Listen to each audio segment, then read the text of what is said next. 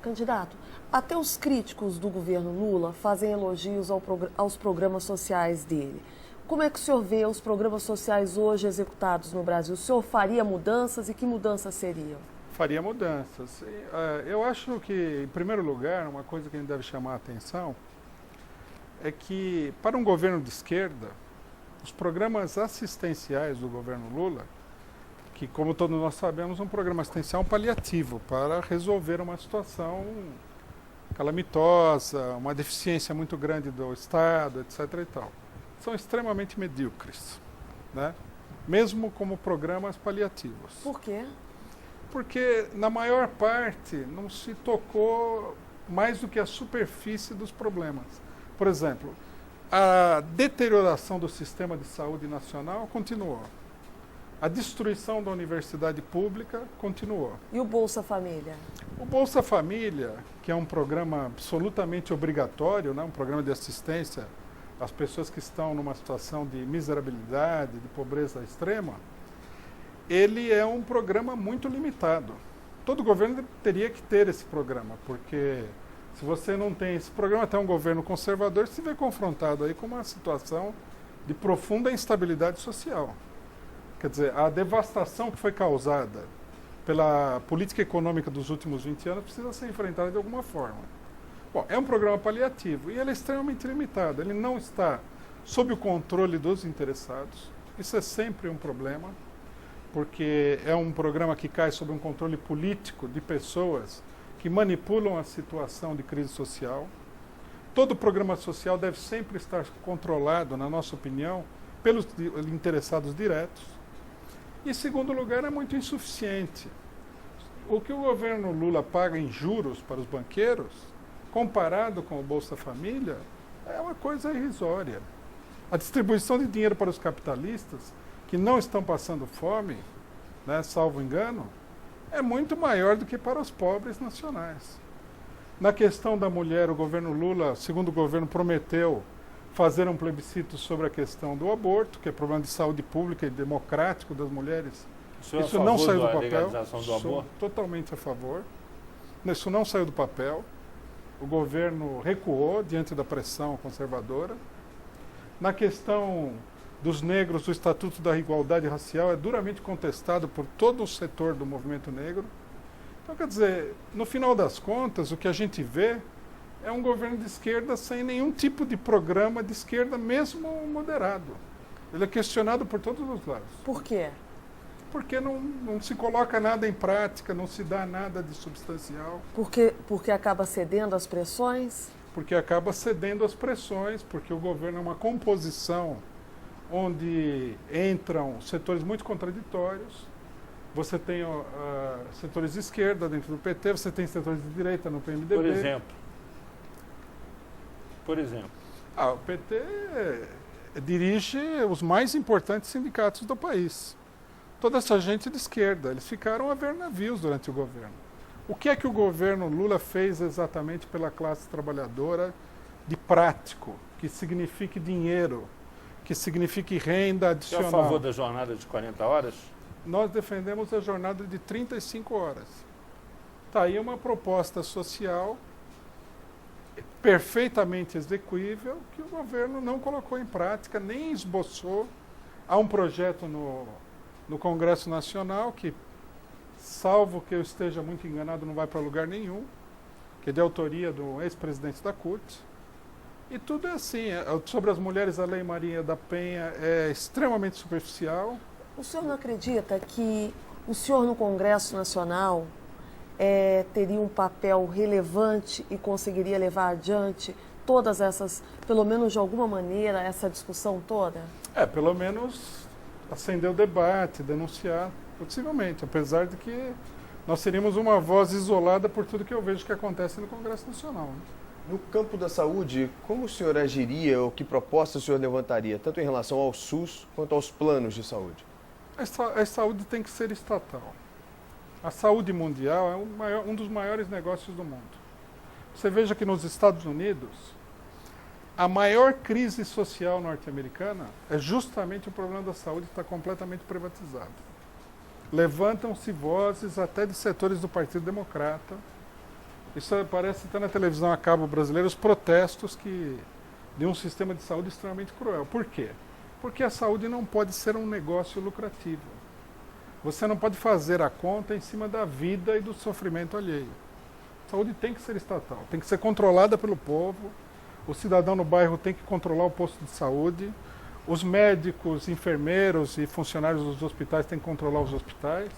Isso é uma questão chave da vida de qualquer cidadão. Mas seguindo esse seu raciocínio, valeria a mesma coisa para a educação, por exemplo?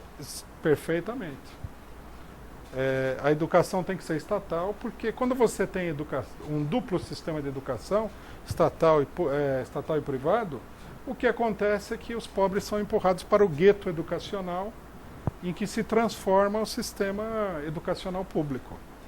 E também isso teria que ser controlado. Por exemplo, os estudantes da USP, que é a universidade politicamente mais importante do país, sempre foi uma vanguarda nas lutas, estão reivindicando, aprovaram nas suas assembleias, um governo proporcional da comunidade universitária, contra esse despotismo dos reitores indicados pelos governos. No caso da USP, o governo do Estado de São Paulo. Mas é uma reivindicação que se estende às universidades federais também.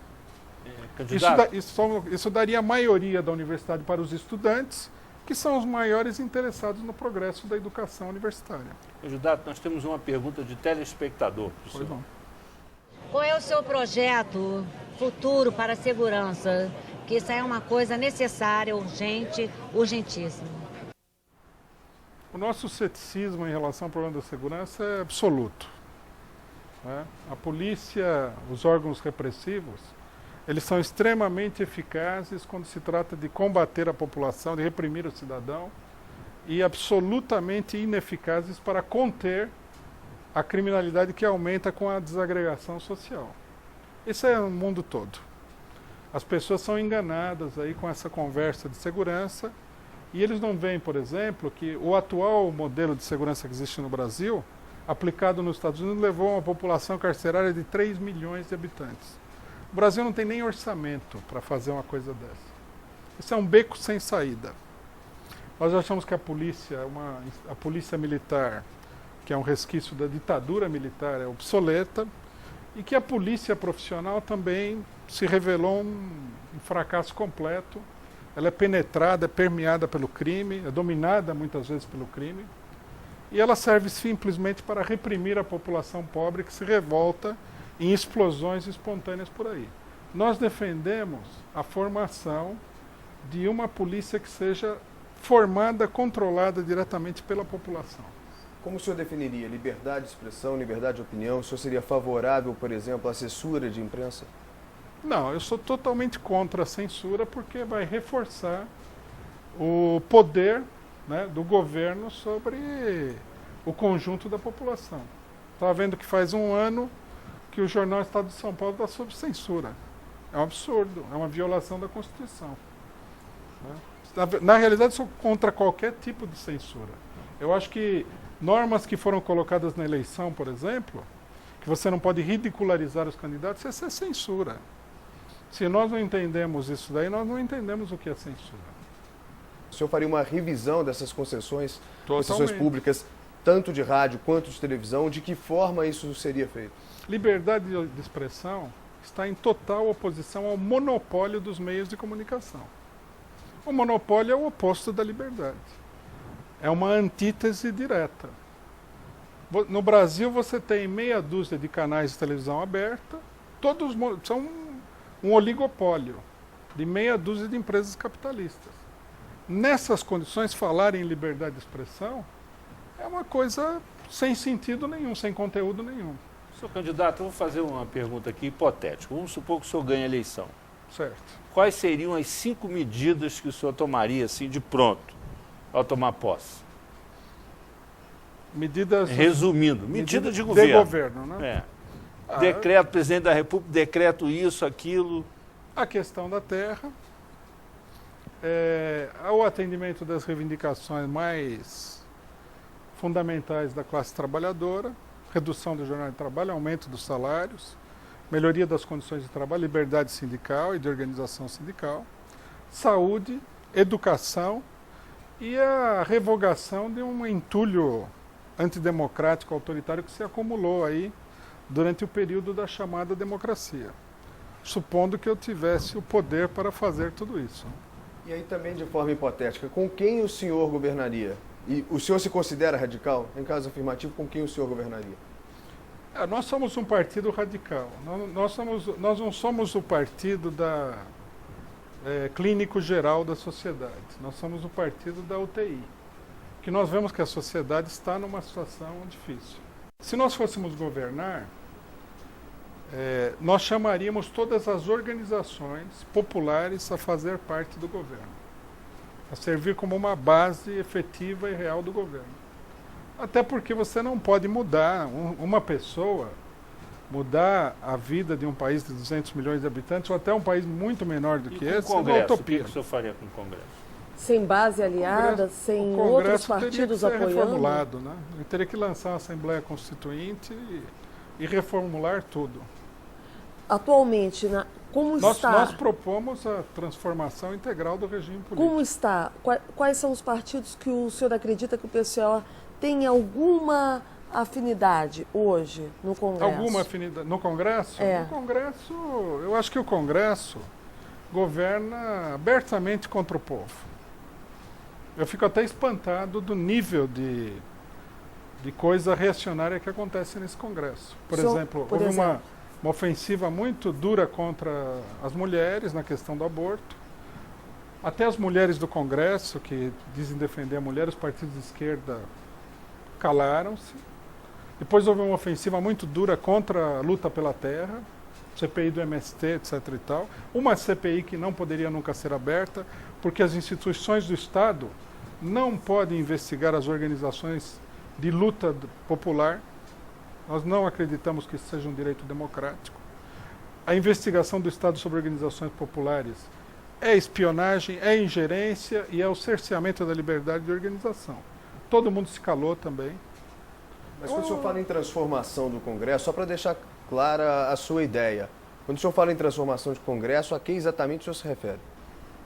Não, o regime todo teria que ser transformado. Em que? As instituições têm que ser transformadas. Elas teriam que se tornar instituições mais democráticas, mais flexíveis. O mandato dos representantes populares teria que ser um mandato curto, revogável, para que a população pudesse controlar. Candidato, nós estamos com o nosso tempo esgotado, então queria aproveitar essa consideração final sua aí para que o senhor pudesse também se despedir dos telespectadores, porque a gente logo depois vai encerrar o programa. Pois não, uma preocupação política última para encerrar, que nós temos na eleição, fora da eleição também, é a seguinte: a classe trabalhadora brasileira, ela tem no PT uma representação que seria uma espécie, um substituto, um sucedâneo da representação de classe. O voto do trabalhador vai para o PT nas eleições e o PT controla, representa sindicalmente os trabalhadores dos principais sindicatos. Eu acho que nós estamos no fim de uma era nesse sentido, apesar de que o PT deverá ganhar a eleição presidencial. E está na hora de todas as organizações operárias começarem a pensar, a construir um verdadeiro partido de trabalhadores, socialista, com base na experiência que foi acumulada com o PT. Bom, candidato, felizmente nós vamos ter que encerrar. Chegamos ao final do 3-1 desta noite. Agradecemos a presença do candidato do PCO à presidência da República, o Rui Costa Pimenta, e aos jornalistas Renata Giraldi e Eude Júnior.